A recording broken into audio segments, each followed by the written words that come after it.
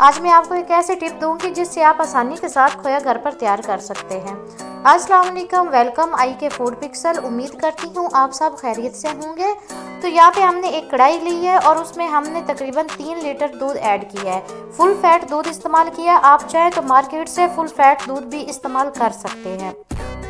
और यहाँ पे कढ़ाई की साइडों पे हम ब्रश की मदद से घी का इस्तेमाल करेंगे। इससे बॉयल आने की सूरत में हमारा दूध नीचे नहीं गिरेगा। आप देख सकते हैं यहाँ पे हमारे दूध में बॉयल आना स्टार्ट हो चुका है और यहाँ पे मैं चम्मच तकरीबन 10-10 मिनट बाद हिला रही हूँ। जो शुरू में मैंने कढ़ाई में पानी का इस्तेमाल किया था, पानी को मैंने कढ़ाई में ऐड करके उसे बॉयल होने तक छोड़ दिया था। जब बॉयल आना स्टार्ट हो चुका था तो मैंने पानी को गिरा दिया था। बाद में धोए बगैर मैंने उसी में दूध ऐड किया था। उससे ये होता है कि हमारा जो दूध बार बार नीचे चिपक जाता है या बार बार हमें चम्मच हिलाने की ज़रूरत पेश आती है, वो बिल्कुल नहीं आती। जहाँ तक मैंने तकरीबन चम्मच का इस्तेमाल बिल्कुल नहीं किया था। आप देख सकते हैं यहाँ पे तकरीबन 50% तक हमारा दूध पक चुका है और थिक होना स्टार्ट हो चुका है। चैनल को अभी तक आपने फॉलो नहीं किया तो कर ले, ताकि आने वाली हर वीडियो का नोटिफिकेशन आपको मिलता रहे। यहाँ पे हम चम्मच को लगातार हिलाते रहेंगे ताकि हमारा दूध नीचे से चिपके नहीं और जले नहीं, क्योंकि शुरू में हमने बिल्कुल इस पे मेहनत नहीं की थी और बिल्कुल ऐसे ही छोड़ दिया था मीडियम आंच पे और दूध हमारा पकता रहा था।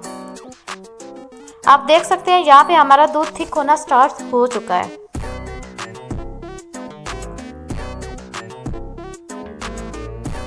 कोई चीज़ भी ऐड किए बगैर बिल्कुल खालिस तरीके से हमने खोया बिल्कुल इजी तरीके से घर पर तैयार किया है।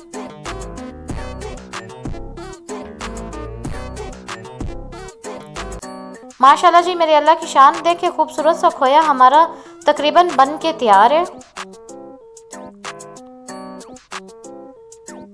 यहाँ पे मैंने इसे तकरीबन 10 मिनट के लिए रूम टेम्परेचर पे छोड़ दिया था।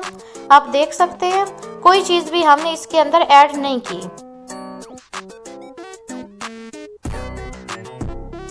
खूबसूरत सा खोया बन के तैयार है। अगर आपको हमारी वीडियो पसंद आती तो अपना फीडबैक ज़रूर दिया करें। अपना बहुत सारा ख्याल रखें।